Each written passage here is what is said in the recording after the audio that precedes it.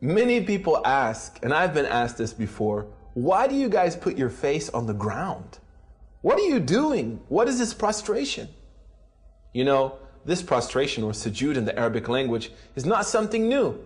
If you look, for example, in the Christian New Testament, the book of Matthew, chapter 26, verse 39, you'll find Jesus described there as prostrating and beseeching his Lord for his bounties. In the Old Testament, we find the great prophets, such as Abraham and Moses and David, peace be upon all of them, described as prostrating and beseeching their Lord. What this shows us is that Islam is not a new message. Islam is not the invention of Muhammad, peace be upon him, but Islam is the message of all of the prophets, and the prophecy of Muhammad is the culmination of that prophetic message. It represents the zenith of the prophetic message to humanity. Now, what I would like you to do is try to imagine a way that you would show your submission to God. What would you do? What act would you exhibit if you wanted to show your submission to God? Is there any greater act than the act of prostration? I challenge you to prostrate to your Creator. Malcolm X, a famous convert to Islam, said the most difficult thing he had to do when he became a Muslim was to destroy the arrogance in his soul and prostrate to his Lord.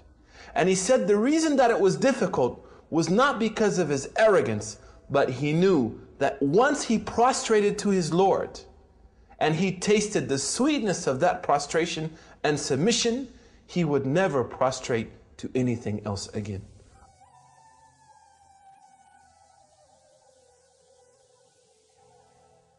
And he, Jesus, went a little further and fell on his face and prayed.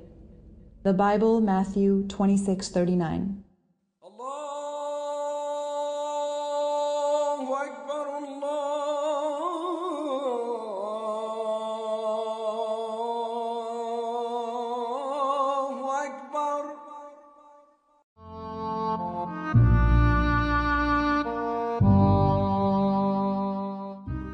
A Muslim is supposed to pay a financial obligation called zakah.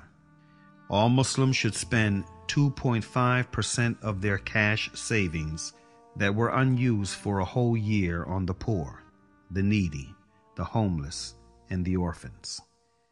In the early ages, zakah played a major role in freeing slaves. Muslims used it to buy slaves and free them on the spot. 5 to 10% of any agricultural income. 5% is the percentage applied on those who have irrigation systems. 10% is the percentage applied on those who have no irrigation systems, but they depend on rain because they don't have much costs coming out of their pockets. 20% of any extracted resources or minerals, like petroleum, which means that governments, before they go buy arms and weapons for their armies, according to this ritual, they should spend at least 20% of their resources on the poor, the needy, the hungry people, and the homeless.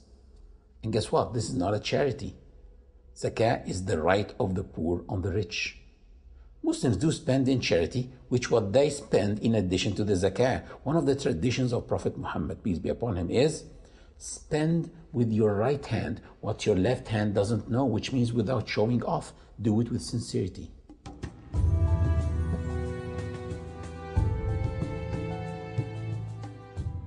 Muslims fast the month of Ramadan, which is the 9th month in the lunar calendar.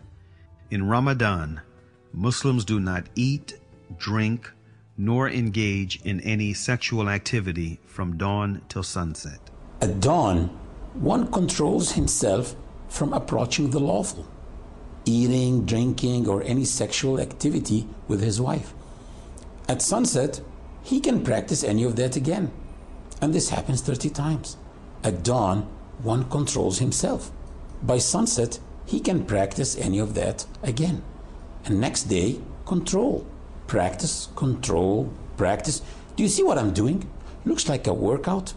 After 30 days, one becomes behind the wheel, driving this body, not his body driving him. He becomes in control of his stomach and his sexual organs. Fasting is a ritual of worship that enhances your patience and perseverance through the discipline.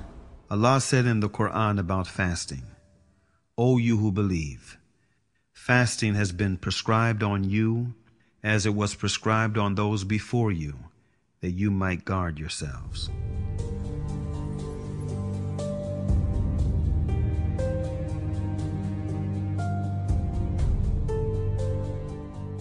Hajj, or pilgrimage, is an obligation once in a lifetime only on those who are financially and physically able.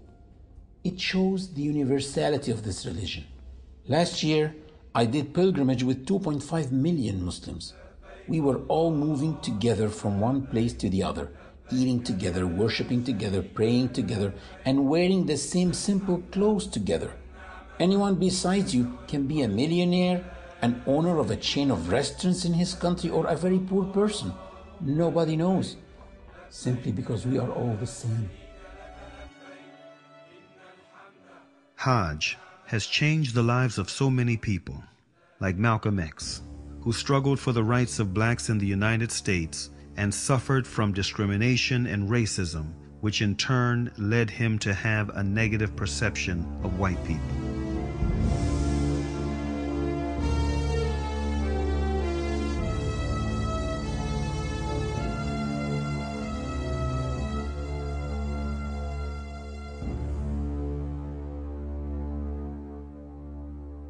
After performing Hajj, he changed.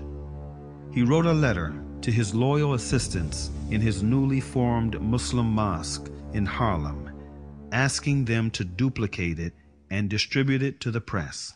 He wrote, "In pilgrimage, during the past 11 days here in the Muslim world, I have eaten from the same plate and drank from the same glass with fellow Muslims whose skin is the whitest of white, their eyes are the bluest of blue, their hair is the blondest of blonde, and in their actions, and in their words, and in their deeds, I felt the same sincerity of the black people of Nigeria, Sudan, and Ghana."